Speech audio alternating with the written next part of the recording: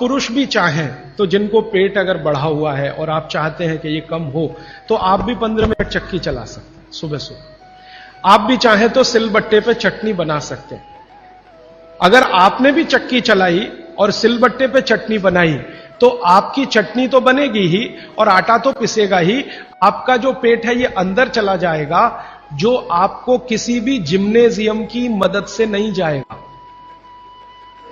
मैं आपको इस बात की गारंटी देता हूं, स्टाम्प पेपर पर आप लिखवा लीजिए मुझसे, 1000 रुपए का हो या लाख रुपए का स्टाम्प पेपर। दुनिया का हर एक डॉक्टर इस बात से सहमत है, वो बोलता नहीं, बात अलग है, कि जिम्नेजियम में जाकर कभी भी किसी का पेट अंदर जाता नहीं, और थोड़े दिन के लिए गया और आपने जाना बंद किया तो ज्यादा बाहर आता है। जिम्नेजियम की सभी मशीनें ज्यादा स्पीड वाली हैं और चक्की और सिलबट्टा ये स्पीड कम है, धीरे धीरे धीरे धीरे। हमारी जो तासीर है वो कम स्पीड वाले उपकरणों के साथ ज्यादा है, क्योंकि हम गर्म देश में रहते हैं। गर्म देश के लोगों में आप जानते हैं स्वाभाविक रूप से वायु का प्रकोप ज्यादा होता है शरीर में। ये कल मैं और इस विस्तार से बात करूंगा।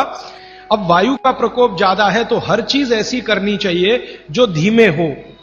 ज्यादा तेज करेंगे तो वायु और बढ़ेगी। इसलिए यहां के जो डांस है ना, उनके स्टेप्स, जैसे भरतनाट्यम, जैसे कथक, कथकली, ओडिसी, कुचिपुड़ी, ये सब डांस के स्टेप आप देखो स्लो है।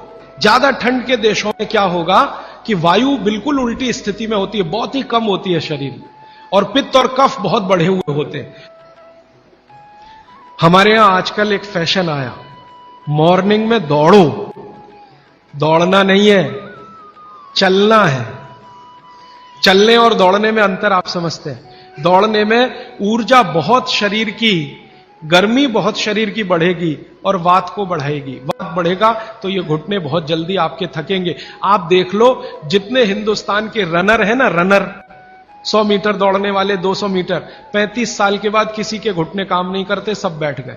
मिल्खा सिंह को मैं मिला हूं, वो कहते हैं यार उस समय जो मैं दौड़ गया ना, अब पता चल रहा है कि उसका क्या असर। 3500 साल पहले भारत में एक महान व्यक्ति हुए, उनका नाम था महर्षि बागभट्ट। उनकी लिखी हुई 2 शास्त्रीय पुस्तकों पर हम चर्चा कर रहे हैं। एक उनकी पुस्तक है अष्टांग हृदयम, दूसरी पुस्तक है उनकी अष्टांग संग्रहम। ये दोनों पुस्तकों में महर्षि बागभट्ट ने 7000 सूत्र लिखे हैं, संस्कृत में लिखे हैं। ये सूत्र हमारे जीवन से जुड़े हुए हैं।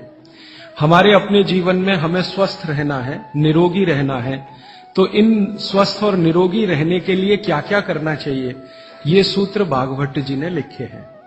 बागभट्ट जी महर्षि चरक के शिष्य थे। चरक ऋषि का नाम हम सब जानते हैं। चरक ऋषि के वो शिष्य थे और सबसे बेहतरीन शिष्यों में उनकी गिनती होती है, सबसे इंटेलिजेंट माने जाते हैं। चरक ऋषि ने जितना शोध कार्य किया, बागभट्ट जी ने उससे भी ज्यादा किया। 135 वर्ष उनकी आयु रही। 135 वर्ष में लगभग आप समझ लीजिए 18 वर्ष छोड़कर, 18 वर्ष वो ये कहते हैं कि मैं प्राथमिक अध्ययन करता रहा, तो 18 वर्ष छोड़कर बाकी सारे वर्ष उन्होंने बहुत गहन अध्ययन में लगाए। और उन्होंने कोई एक सूत्र लिखा तो उस पर कम से कम 50 से ज्यादा उन्होंने ऑब्जर्वेशंस किए। आज का जो विज्ञान है, जिसको हम आधुनिक विज्ञान कहते हैं, ये पूरा ऑब्जर्वेशन पर आधारित है। तो अगर जैसे उन्होंने कोई सूत्र कह दिया तो उसका 50 बार परीक्षण किया, अलग अलग परिस्थितियों में अलग अलग लोगों पर किया, और जब उन्होंने देखा कि परिणाम वही है, तब सूत्र लिखा। अब हम कल्पना करें कि 7000 सूत्र लिखे हों और एक एक सूत्र पर 50-50 परीक्षण उन्होंने किए हों, तो पूरी जिंदगी उनकी इसी में निकल गई। महर्षि बागभट्ट बाल ब्रह्मचारी थे। अंतिम समय तक वो ब्रह्मचर्य का ही पालन करते रहे। गृहस्थ आश्रम उन्होंने नहीं जिया, लेकिन वो मानते थे कि गृहस्थ आश्रम बहुत महत्व का है।